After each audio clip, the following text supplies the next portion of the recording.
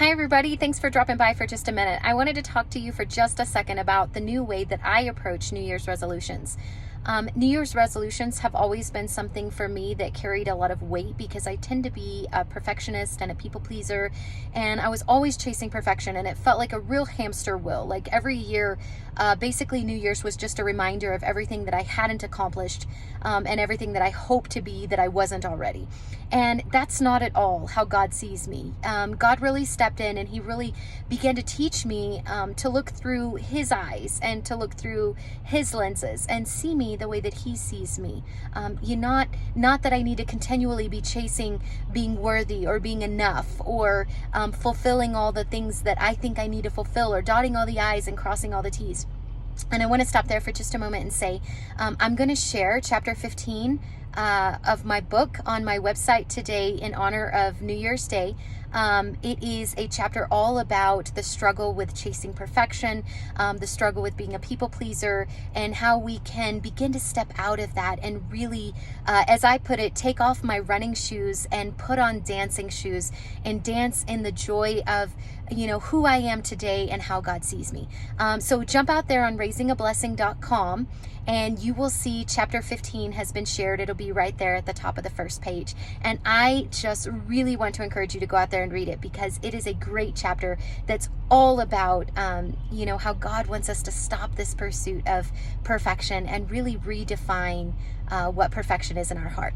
But the way that I approach New Year's, here we go, guys. Very, very simple, very easy. Check this out.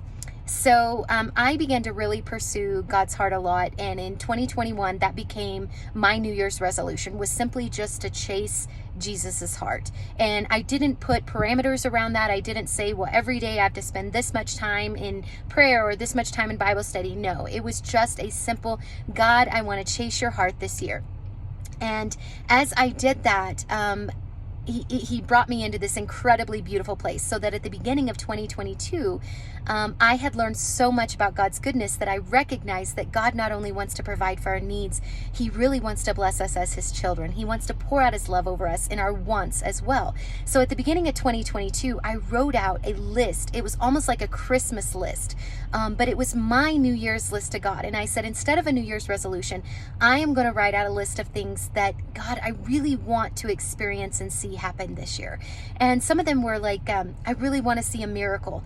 I really want my ministry to grow. I really want to help my family provide. I want to help provide for my family financially. Things that weren't necessarily needs, but things that my heart just craved, that my heart really wanted. And it was really amazing to watch all throughout the year how he continually just blessed me with those things that I didn't need in my life, but I wanted so badly with my heart. And in those moments, you can look at things and say, oh, well, that's a coincidence. Or you can begin to recognize God's kisses and his touches and his love as he pours out. Because God doesn't always shout to us. Sometimes he whispers to us. Sometimes he provides in the small and the subtle. And it's just incredible when you begin to see him pouring into all those things that you asked for at the beginning of the year.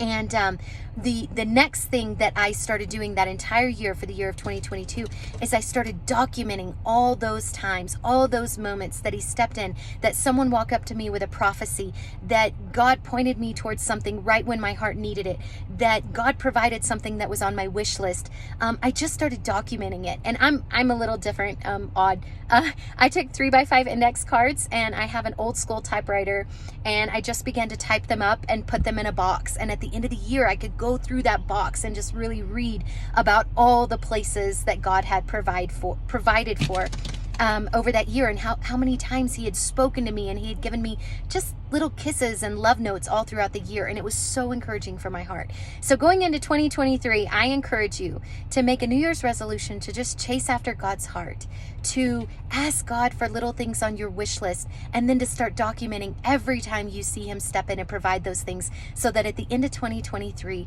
you can see how much he poured over you this year by simply taking a moment to just chase his heart, to just dedicate your year to nothing more than chasing his heart.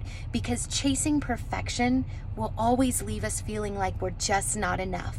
But when we chase his heart and we begin to see ourselves through his eyes, suddenly we are more than enough. We are beautiful. We are crafted with intention and purpose. We are irreplaceable in his kingdom, and we know that we have this special glow that comes from us where we shine in the way that he designed us to shine.